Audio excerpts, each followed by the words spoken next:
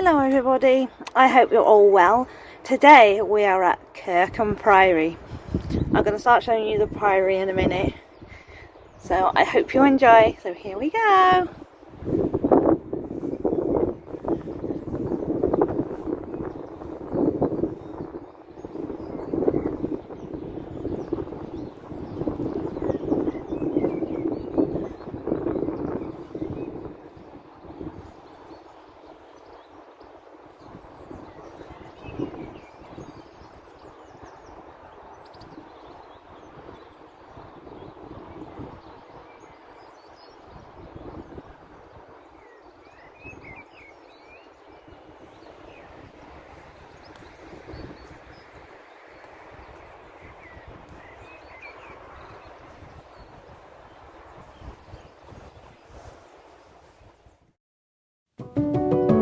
Kirkham Priory was founded over 900 years ago during an era of monastic reform.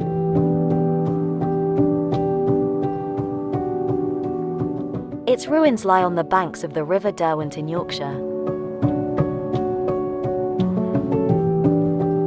For over 400 years it was the home of the Augustinian canons or priests who were embedded in the social, religious, political and economic structures of life in the medieval north.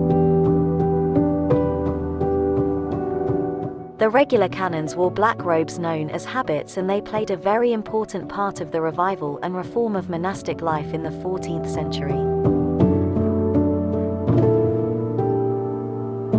These Augustinian canons were all ordained priests and, as such, frequently had spiritual roles in the wider society, serving as parish priests and chaplains to the community.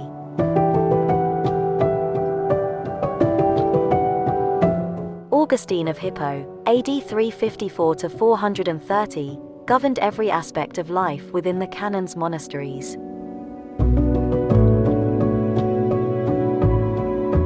Life came to an end at Kirkham in 1539 when it was dissolved in the reign of Henry VIII during the dissolution of the monasteries.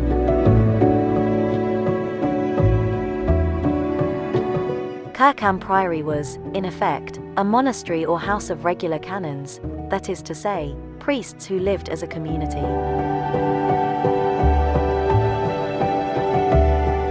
Kirkham was one of several Augustinian monasteries which were founded in the early 12th century in Yorkshire.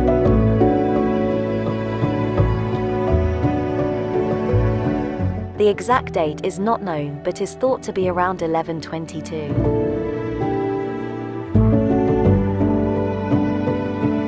The founder of Kirkham Priory was Walter Especk, who was a rich and powerful lord and had a castle at Helmsley close to Rievaulx Abbey which he founded for the austere Cistercian monks.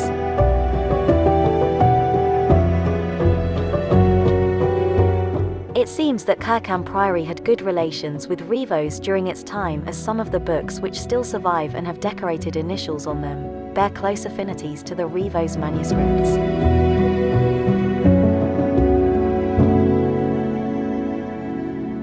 Men of considerable talent joined the Kirkham community, and one of them, Maurice, prior at Kirkham from about 1169 to 1177, was learned in Hebrew and wrote a theological work which was disseminated to the other monasteries.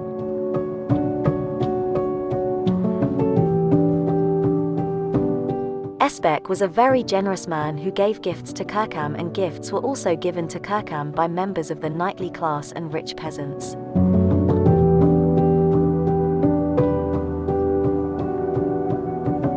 Although Kirkham benefited via income from 7 other parish churches, it also received income from other places as far north as Northumbria and as far south as Leicestershire.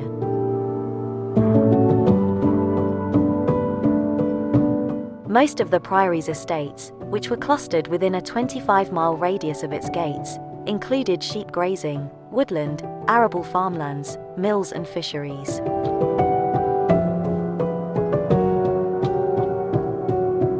Walter Especk died in 1155 and his estates in northern England were passed to the noble de Roos family.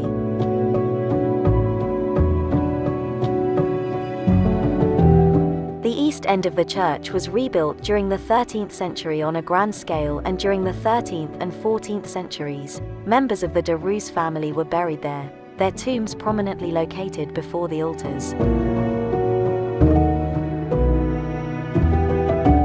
The Great Gatehouse at Kirkham was built around 1300 and has sculpted decoration which includes the coat of arms of the de Roos family.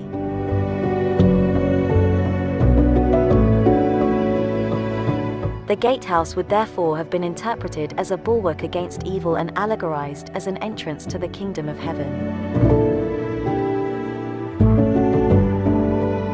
When war broke out between England and Scotland, the monastery at Kirkham faced many challenges in the early years of the 14th century.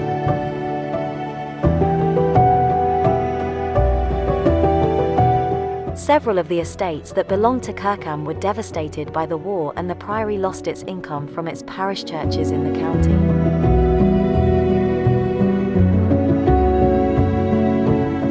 Rivos and Byland were also sacked when the Scottish army penetrated deep into northern England in around 1322.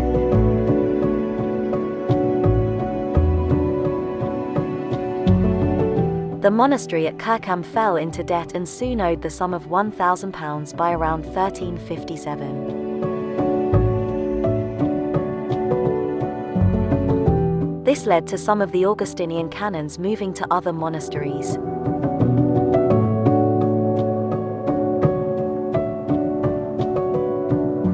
Although the war had a great effect on life at Kirkham, there were signs that some of the canons were not behaving properly and did not meet the high standards demanded by the rule of St.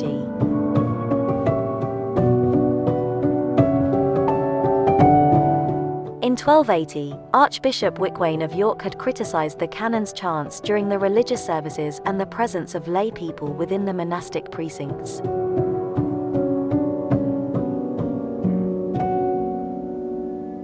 By sometime in the 14th century, the finances of Kirkham had gradually improved and there was extensive building work at Kirkham.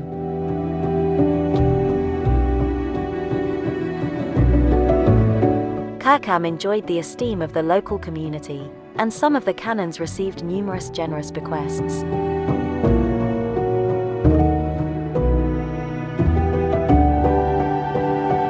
For instance, William Wells asked to be buried in the Priory Church before the image of the Trinity, to which the monastery is dedicated.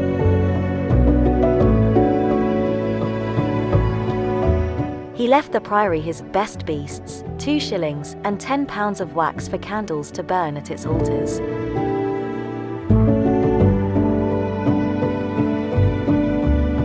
Local people used the nave of Kirkham Church as their parish church and were separated from the canons by a screen which had 2 doors that the canons could lock.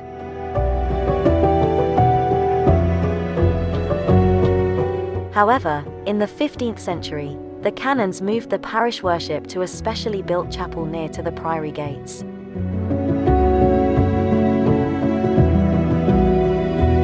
Reasons for this included convenience for the parishioners and keeping the canons safe from plague, which was raging at that time, while protecting the monastic community from infection.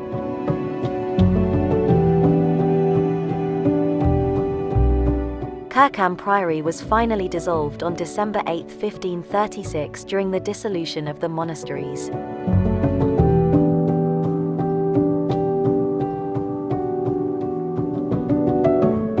In more recent times, the priory was rediscovered by Sir William St. John Hope, who was a leading authority on medieval monasticism.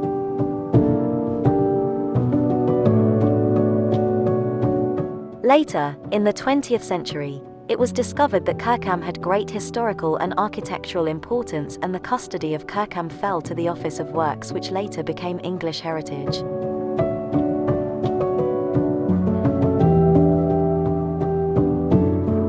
Prominent visitors to Kirkham included the Prime Minister Sir Winston Churchill and members of the royal family.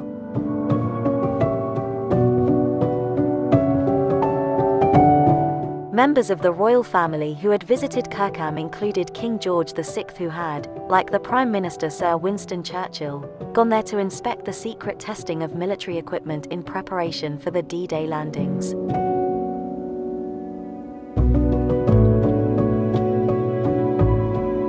Please enjoy the rest of the video.